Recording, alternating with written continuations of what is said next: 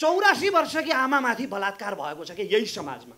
छोरी मान्छेको त नो नोमा पनि यस हुन्छ भन्न सिकाइयो। म मेरो छोरालाई सिकाउँछु, अब जो चाँडै जन्मिनेवाला छ, नो मिन्स नो भनेर सिकाउँछु म मेरो छोरालाई।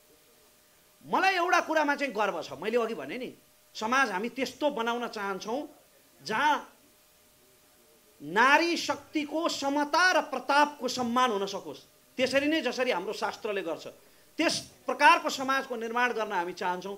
म मेरी छोरीका लागि सुरक्षित समाज निर्माण गर्नको लागि राजनीतिक कर्ममा आज छु र मलाई यस कुरामा चाहिँ गर्व छ कि हामी तोसीमा कार्की र शोभिता गौतम जस्ता छोरीहरूलाई अघि लगाएर हिँडेका मान्छेहरू हौँ।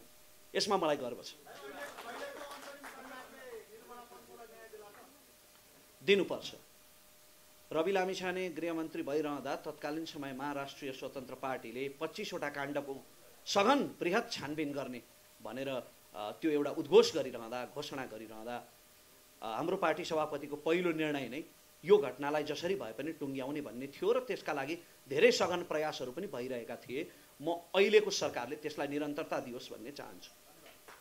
जब जब निर्मला र भागीरथी भट्टका कथाहरू हाम्रो समाजमा दोहोरिन्छन् र म एउटा छोरीको बाउ भएर मेरी छोरीलाई जब यसरी काखमा ट्याप्प अठ्याउँछु, लक्ष्मी पूजा आदिमा, दुर्गा पूजा मनाइरहँदा म सम्झिन्छु कि हाम्रो समाजलाई, हामीलाई साँच्चीकै लक्ष्मीलाई अथवा दुर्गालाई ढोग्ने अधिकार छ र?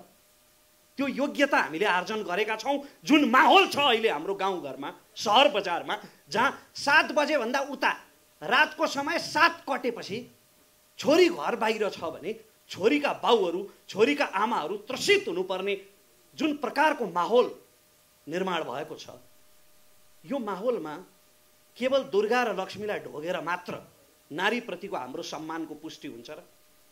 प्राचीन कालमा हाम्रो समाज यस्तो थियो, हुन त लक्ष्मी दिदी यहीँ हुनुहुन्छ, मैले के श्रीमतीलाई ससुरालीको कथा सुनाए जस्तो होला। प्राचीन कालमा हाम्रो यस्तो थियो, जब जब महाभारतमा अर्जुनको वर्णन हुन्छ नि, पाण्डु पुत्र अर्जुन भनिएको छैन क्या, कुन्ती पुत्र अर्जुन भनिएको छ। जब जब कृष्णको वर्णन हुन्छ नि, कृष्णसँग यशोदालाई जोडिएको छ। नन्द र वासुदेवलाई भन्दा अगाडि कृष्णसँग यशोदालाई जोडिएको छ। त्यस प्रकारको समाज हो हाम्रो। विवाह गर्दाखेरि तपाईँको वरमाला नारीले नपहिराइकन, स्वयंवर नभइकन विवाह नै हुँदैन थियो। रुक्मिणीको जबरजस्ती विवाह गराउन खोजिँदाखेरि महाभारतमा रुक्मिणीले प्रेम पत्र पठाउँदा भगवान कृष्ण स्वयं रुक्मिणीलाई लिन पुग्नु भएको थियो, किनभने रुक्मिणीको इच्छा कृष्णसँग विवाह गर्ने थियो। त्यति धेरै नारीको सम्मान हुने हाम्रो समाज थियो। तर पाश्चात्यकरण बढ्दै गयो, जब मेटेरियलिजम बढ्दै गयो, त्यसपछि सबै कुरालाई वस्तुकरण गर्दै गर्दा हामीले छोरी चेलीलाई पनि वस्तुकरण गर्न थाल्ने, त्यस प्रकारको संस्कार विकसित भएर यस्ता अपराधहरू हुन थाले। यो यति पाश्विक रूपमा यस्ता अपराधहरू बढ्न थाले कि मान्छे यति पशु हुँदै गयो कि 84 वर्षकी आमामाथि बलात्कार भएको छ कि यही समाजमा, यही माटोमा 7 वर्षका नानीहरू बलात्कारको शिकार भएका छन्। छोरीले बाउ भनिरहेको चाहिँ, बाउले छोरी भनिरहेको छैन, छोरीले बाउसँग असुरक्षित महसुस गर्नुपर्ने किसिमका घटनाहरू हाम्रो समाजमा भएका छन्।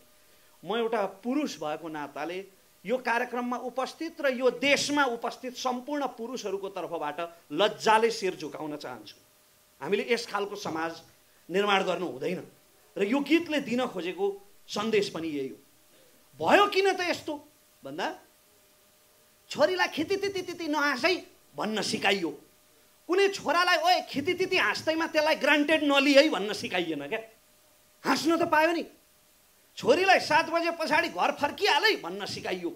छोरालाई के सिकाइएन भने साँझ हिँडेका छोरीहरू पनि तेरै दिदीबहिनी जस्ता हुने, बिना अनुमति सिटी नबजाई भन्न सिकाइएन के। पञ्चायतकालमा गाउँ गाउँबाट उठ, बस्ती बस्तीबाट उठ, यो देशको मुहार फेर्नलाई उठ भन्ने गीत नआएको भए र त्यसले समाजलाई जिरिङ जिरिङ पारेर नउठाएको भए पञ्चायत विरुद्धको आन्दोलन यति नै सघन हुन्थ्यो भन्ने तपाईँलाई लाग्छ?